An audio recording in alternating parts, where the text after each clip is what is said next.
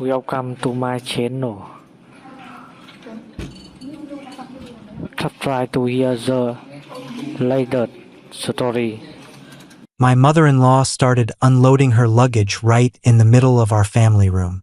My wife announced, "She's moving in with us permanently.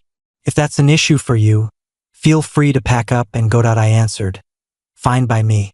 Then I walked out of the house, which was rented solely under my name, ended the rental agreement, and relocated, right as the property owner arrived to remove the unauthorized occupants. Let me begin by noting that I'm not the type to just accept disrespect without pushing back. I'm 32, employed in the financial sector with a solid income. I've been wed to Jessica, 30, for 3 years now. We lease a comfortable 2-bedroom unit in the urban area since we're building up savings for a future home purchase. The rental contract is solely in my name due to Jessica's past credit problems when we first cohabitated. It wasn't anything severe, merely some delayed payments from her university days, but qualifying was simpler using only my earnings and credit rating. She contributes half the monthly rent to me, and we divide the bills for services. Fairly typical arrangement. Jessica's mother, Patricia, is quite a character. At 58, she's been through 2 divorces and carries this victim mentality where every misfortune in her life is blamed on others. She got fired because her supervisor was envious. Her previous landlord tossed her out due to gender bias. She struggles to secure new housing because society discriminates against unmarried females. You see the pattern. Over the last year, Patricia has been drifting between her siblings' home and various acquaintances' sofas. She always spins some tragic tale about why her current spot isn't working out. The sibling has a drinking problem, the friends are exploiting her, her spine aches from the uncomfortable sleeping arrangements. Classic emotional blackmail techniques. Jessica experiences guilt over her mother's circumstances, which I could relate to somewhat. When Patricia required assistance with food or fuel costs, Jessica would transfer her $100 occasionally. I wasn't thrilled about it, but it didn't strain our finances, so I kept quiet. The issues arose when Patricia began subtly suggesting she relocate to our place. Remarks about her isolation, how she yearned for more quality time with Jessica, how appealing our residence appeared. Jessica would divert the conversation, but I sensed she was under pressure. 2 months back, Patricia intensified the emotional manipulation. She began phoning Jessica in tears about resting in her vehicle or lacking funds for meals. Jessica would return home distressed, discussing how terrible she felt for her parent. I proposed we aid Patricia in locating a small studio or shared living setup, but Jessica claimed her mother couldn't manage anything suitable financially. I stated firmly that Patricia joining us wasn't feasible. Our space was limited for just us two, and I had no desire to cohabitate with my mother-in-law for an extended period. Jessica concurred initially, stating her mother should handle her own affairs as a grown-up. But Patricia persisted. She began appearing at our residence without notice, lingering for meals and then fabricating reasons to extend her visit. Her vehicle wouldn't ignite, or she felt exhausted for the drive, or she'd left an item at her companion's location. Consistently some excuse preventing her departure after visiting hours. Jessica started mentioning how our extra room remained unused most of the time, how it felt self-centered to possess all this area while her mother faced hardships. I recalled to her that the additional space served as my workspace where I handled remote duties 2 days weekly. We'd covered this topic previously. 3 weeks prior, Patricia contacted Jessica in a panic. Claimed her acquaintance had expelled her abruptly with no prior alert and she lacked any alternative shelter. Pleaded to remain with us briefly while sorting out options. Jessica was emotional, imploring if we could assist her mother. Despite my reservations, I consented to a maximum of 3 days. Patricia could use the fold-out sofa in the main area while contacting potential alternatives by week's end. I emphasized this was short-term and she must secure another spot by Saturday. Patricia arrived that night with far more belongings than warranted for a brief stay. Several bags, cartons of possessions, even minor furnishings. When I remarked on the volume of items, she explained she had to transport everything since no other storage was available. The initial warning sign was how rapidly she settled in. She shifted the main room setup, relocated our items to accommodate hers, began preparing meals in our cooking area as if she'd resided there forever. When I noted she should focus on seeking other accommodations, she mentioned she was dialing contacts, but nothing had materialized yet. The third day passed without any indication of Patricia departing. When I inquired about her efforts, she stated the housing market was challenging and she required additional time. Jessica supported her, arguing we couldn't abandon her mother homeless. I reiterated to both that this was meant to be fleeting. By week's conclusion, Patricia had fully dominated the main area. Her garments scattered about, she'd adjusted the furnishings to her liking, and our side table was cluttered with her pills and knickknacks. Returning from the office felt like entering a stranger's domain. Patricia also began behaving as though her residency was ongoing. She opined on my food choices, faulted my dishwasher loading method, informed Jessica my television volume was excessive. When I highlighted her guest status, she countered that relatives shouldn't create feelings of exclusion. During the second week, I drew a firm line. Informed Jessica her mother must depart by the upcoming Sunday or I'd reach my limit. The unending company of an extra individual in our compact quarters was overwhelming me, and Patricia's demeanor worsened each day. Jessica requested extra time, asserting her mother was diligently searching but all options were overpriced or in unsafe districts. I recommended Patricia explore subsidized lodging or co-tenants, but Jessica deemed that impractical for a person of her mother's years. That weekend, Jessica and Patricia scouted rentals jointly. They returned reporting that all viewed units were either too costly, too cramped, or in zones Patricia deemed risky. Jessica appeared anxious and remorseful, and Patricia amplified her woe is me act. Monday dawn, I arose to Patricia preparing a meal in our cooking space at 6 a.m. When I questioned her early rise, she explained she was packing Jessica's midday meal for her job. As that's a maternal duty, I noted that Jessica is capable of preparing her own food. Patricia became protective, stating she was merely attempting to assist during her stay in our residence, that it's instinctive for her to nurture her child. I clarified she wasn't residing here. She was supposed to be locating her own dwelling. That's when she revealed the surprise. Stated Jessica had assured her she could remain indefinitely since kin support one another, that I ought to endorse my spouse's choice to aid her parent rather than being possessive about territory. I promptly phoned Jessica at her workplace to verify what she'd truly conveyed. Jessica confessed she'd permitted her mother an extended stay but insisted she believed I approved since I'd remained silent for 14 days. I refreshed her memory that I'd been probing about Patricia's exit daily, that we engaged in a massive dispute that evening. Jessica labeled me as unfeeling and lacking comprehension of familial devotion. I responded that I grasped family concepts but distinguished between brief aid and permitting indefinite residency without consultation. Patricia overheard the entire clash from the main area and interjected, claiming she hated causing issues but had no alternatives, that she'd exhausted all avenues and this was her sole recourse. Jessica began weeping and I recognized I was losing ground. The following day, I discovered Patricia rifling through our correspondence. When I demanded an explanation, she said she was checking for a shipment she'd directed there. I informed her she lacked authority to handle our mail and certainly shouldn't route deliveries to our address sans approval. She adopted a defiant tone, saying she was simply being practical and I was overreacting. That typical folks don't object to relatives assisting with minor chores like organizing letters. I declared she wasn't a relative. She was an overstaying visitor who'd exceeded her invitation. Jessica arrived to find us debating and instantly sided with her mother, accused me of being harsh and irrational, and that Patricia was only attempting to contribute. I explained that examining another's mail uninvited isn't contributing. It's breaching confidentiality. That's when Jessica unleashed her own revelation, declared perhaps Patricia should simply reside here ongoing since she evidently couldn't finance independent living, that we possessed the capacity and it would resolve all concerns. I gazed at her as if she'd gone mad.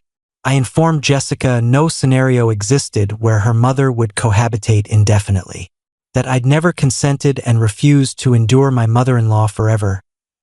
Jessica charged me with self-centeredness and asserted that wedded pairs compromise for relatives. The conflict intensified, with Jessica alleging I lacked concern for her or her kin, claimed a decent spouse would desire to support his partner's parent during hardship. I countered that a decent partner wouldn't surprise her spouse with lasting visitors sans dialogue. Patricia lounged on the sofa throughout this quarrel, appearing satisfied as if relishing our discord. When Jessica wept, Patricia inserted herself, stating she never intended disruption, but occasionally kin must sacrifice for kin. I retired furious and awoke Thursday to discover Patricia had introduced additional items into our main space. Not merely personal effects but furnishings, as if establishing a lasting setup. When I queried the source, she mentioned an acquaintance had delivered them. That night, I conveyed to Jessica this had escalated excessively. Patricia was evidently intending permanent occupancy despite my protests, and our modest unit couldn't sustain 3 grown-ups long-term. Jessica replied her mother merely sought stability and comfort. Friday dawn, I descended to find Patricia restructuring our kitchen storage. She'd relocated our plates to alternate levels and revamped everything to her tastes. When I demanded what she was up to, she claimed she was enhancing the area's efficiency.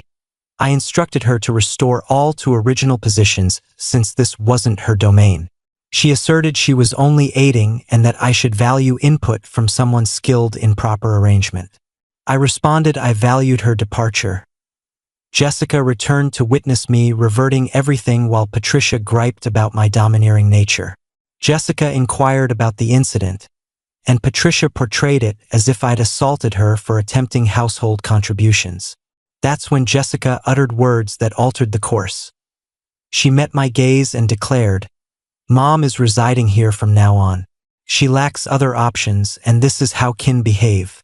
If you can't accept that, perhaps you should seek alternate lodging." I was stunned by her words. My spouse of 3 years was basically selecting her scheming parent over me and directing me to exit my own residence. The residence I funded, the contract I endorsed, the spot I'd occupied for 2 years prior to Patricia's arrival, I observed both awaiting my concession and remorse. Patricia with her triumphant look as if she'd triumphed. Jessica with folded arms as if challenging further dispute, both anticipating my surrender and acceptance of this absurd setup. Instead, I replied, agreed. Their expressions of astonishment were unforgettable.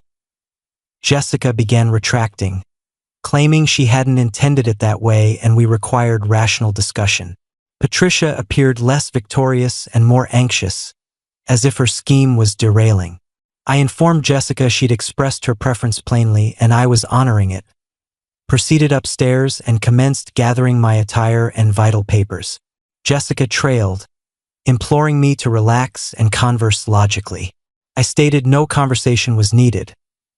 Contacted my pal Mike, who possesses an extra chamber, and asked if I could temporarily stay. He affirmed yes and volunteered to assist with transporting my items.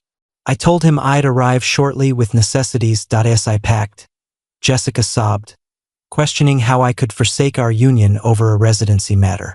I replied she'd already forsaken our union by preferring her mother to her spouse, that she'd demonstrated my position in her hierarchy. Patricia attempted sudden mediation, suggesting alternative resolutions, that she didn't aim to fracture our union and could intensify efforts for independent housing. Far too delayed, Madam. I completed packing and approached the exit. Jessica was in tears, inquiring my destination and return time. I stated I was heading to Mike's and would return the next day for remaining possessions. She pleaded against my departure, but I was finished. Passed the weekend at Mike's, contemplating subsequent actions. Reached my attorney Monday to explore separation processes and discovered intriguing details regarding our rental status as the lease was exclusively mine. I held the authority to conclude it with adequate warning. I also learned Jessica and Patricia would qualify as improper residents if I withdrew from the agreement. The owner could oust them promptly since they weren't listed and possessed no lawful claim to stay. Tuesday dawn, I revisited the unit during Jessica's work hours. Patricia was present, behaving as the household matriarch, viewing programs in her sleepwear. She attempted dialogue about reconciliation, but I disregarded her and collected further belongings. I observed she'd implemented additional modifications, repositioned furnishings, affixed artwork to surfaces, and generally conducted herself as proprietor. When I remarked, she claimed she was merely ensuring comfort since this was now her abode. That's when I opted for extreme measures, contacted the property administration, and sought premature contract closure citing unresolvable cohabitation shifts. Detailed that I was the only signer and would depart the premises after 30 days. They verified the penalty and noted they'd dispatch formal alert to the site. I also reached the services under my name and arranged cutoff for identical timing. Power and web were mine. Heating and television were Jessica's, so she'd manage those independently. That night, I returned for more items and informed Jessica of the contract end. She erupted, yelling I couldn't expel them. I recalled her directive to depart if displeased with the setup. Jessica implored reconsideration, stating her mother lacked alternatives and they needed extended period for solutions. I replied they had 30 days, exceeding Patricia's initial requirement for arrangements. Patricia interjected, accusing me of spitefulness and brutality for penalizing them over familial efforts.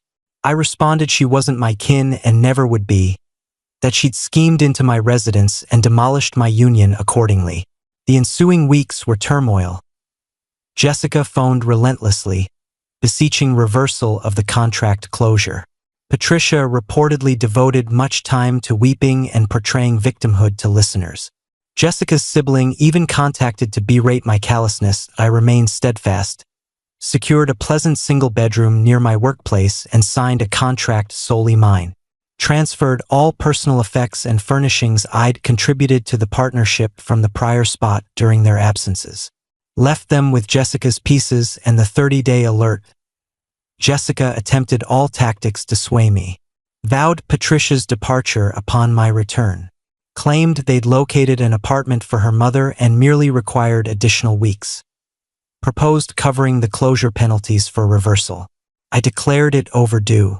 The owner affirmed Jessica and Patricia's attempts to join the contract but failure to qualify sans me as main renter. They also couldn't sustain the rent on Jessica's earnings alone even if approved. The 30th day dawned, and the owner issued a directive to vacate within 72 hours. Absent new contract or tenancy proof, they had to exit. Jessica phoned in distress, claiming forced removal with no refuge. I reminded her Patricia was allegedly adept at securing spots hastily. Evidently, Patricia's associate circle vanished swiftly when needing enduring lodging over brief pity stops. Remarkable how many suddenly lacked room when she sought permanent storage for her items. Jessica temporarily relocated to her sibling, while Patricia joined her alternate offspring in another region. The union was clearly finished, and I engaged a separation attorney the subsequent week. The ordeal cost approximately $3,000 in premature closure charges and relocation fees, but each dollar justified escaping that ordeal. Jessica attempted to argue abandonment, but lawfully I'd provided correct alerts and adhered to all contract stipulations. Patricia evidently narrates to all ears that I'm a wicked individual who cast them homeless, conveniently omits her uninvited intrusion into my home and my spouse's preference for her over me. Astonishing how narratives shift when you're the narrator. Jessica's sibling continues dispatching hostile notes about demolishing their kin. But truthfully their kin was already disordered that I merely ceased facilitating it. Patricia nurtured a child who viewed surprising her spouse with enduring visitors as proper conduct. 2 months on, and I'm thriving in my fresh spot. Seeing a new person who views relocating parents sans consultation as absurd. Amusing how rational individuals grasp fundamental partnership limits. Jessica attempted mending fences months back, admitting errors and desiring reconciliation. I informed her the error was wedding someone ignorant that partners precede parents. That vessel had departed. My attorney confirmed the separation concluded last month. Jessica received no support payments since she opted to favor her mother over our union. She bore her own attorney costs as she triggered the split by directing my exit. The finest aspect is realizing Patricia's scheme imploded entirely.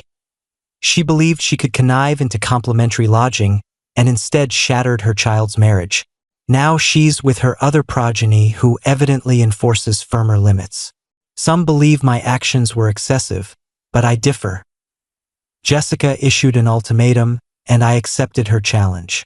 She assumed I'd yield and embrace her desired setup, but discovered some resist manipulation. The contract closure was fully lawful, and I supplied adequate warning. If they desired continuance, they should have considered that prior to instructing the rent payer to depart. Choices yield outcomes, even unanticipated ones.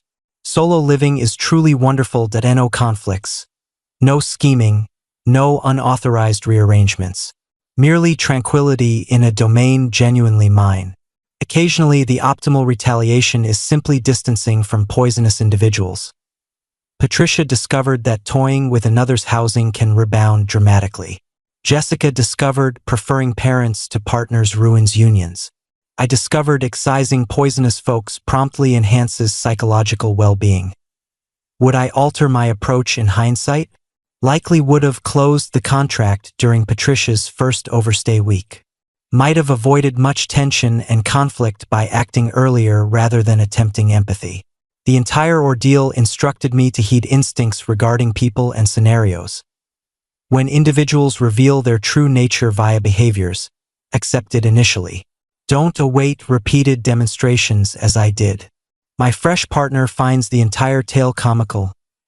States any female prioritizing her parent over her spouse merits precisely what Jessica received.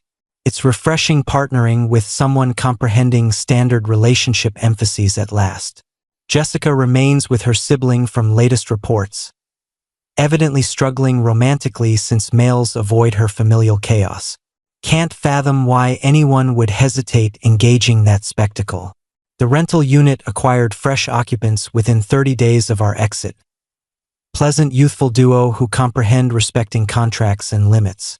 The owner expressed relief at dependable renters post our ordeal. Patricia sporadically attempts social media connections, which I dismiss and obstruct instantly. Certain individuals never grasp that severing ties yields lasting repercussions. She chose demolishing my union and now endures the fallout. Finest choice ever was escaping that poisonous dynamic rather than attempting to mend unmotivated individuals. Occasionally, the sole victorious strategy is abstaining from the contest altogether.